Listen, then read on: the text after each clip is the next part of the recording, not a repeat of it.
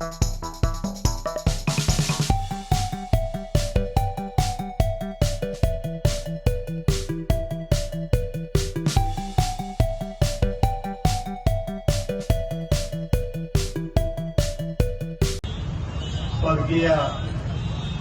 బాబు జగజీవన్ రామ్ గారి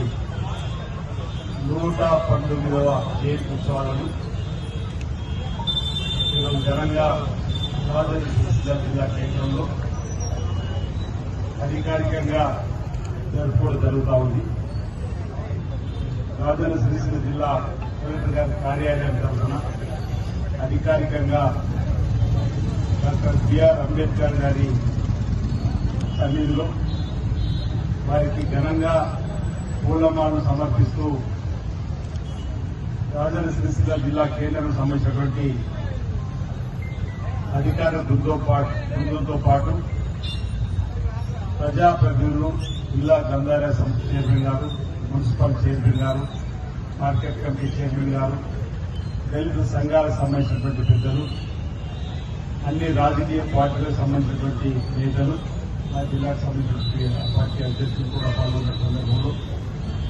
ప్రముఖులు, సామాజిక ఉద్యమకారులు అనేక మంది కార్యక్రమంలో పాల్గొంటున్న సందర్భంలో అందరూ కూడా 119వ బాబు జగజీవనరావు గారి జయంతి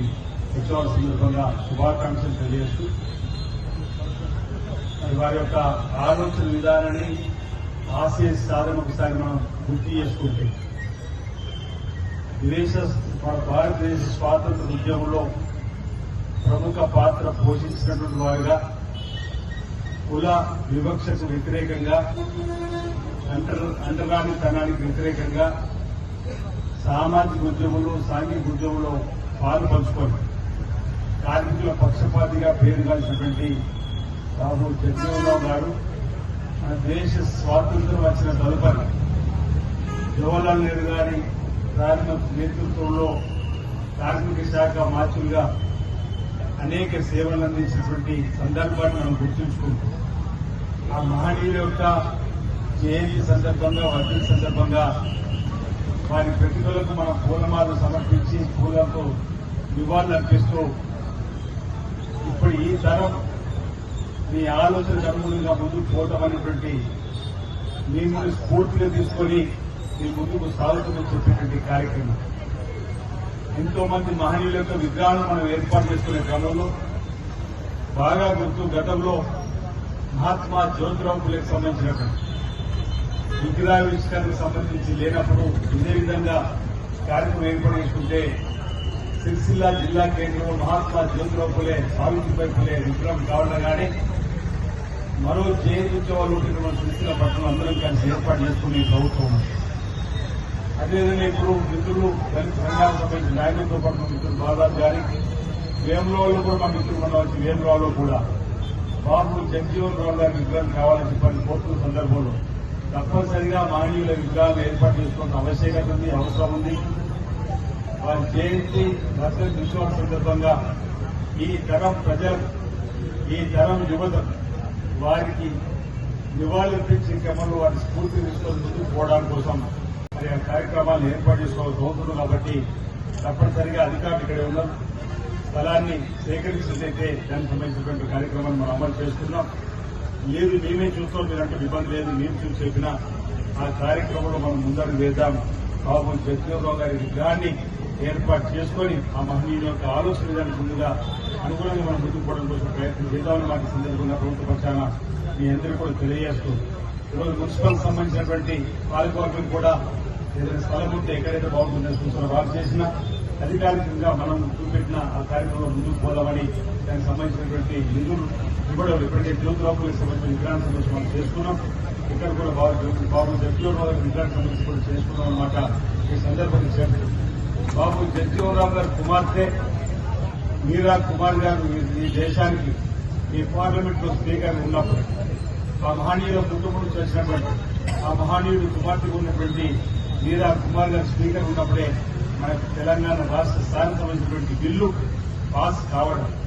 ఆ రోజు ఎంతో ఒత్తిడి తీసుకుని వచ్చి స్పీకర్ గారి పైన తెలంగాణకు సంబంధించిన పార్లమెంట్ సభ్యుల పైన పెప్పర్ స్ప్రే దాడి చేసిన అలజడి సృష్టించి గలాన్ని సృష్టించి ఆ బిల్లును అడ్డుకోవాలని ప్రయత్నం చేసిన ఈరోజు బాబు జగజీవనరావు కుమార్తెగా పేద ప్రజల నుంచి వచ్చినటువంటి వారిగా వారు ఎంత ఉత్తరంగా తట్టుకొని మన తెలంగాణ బిల్లును పాస్ చేసినటువంటి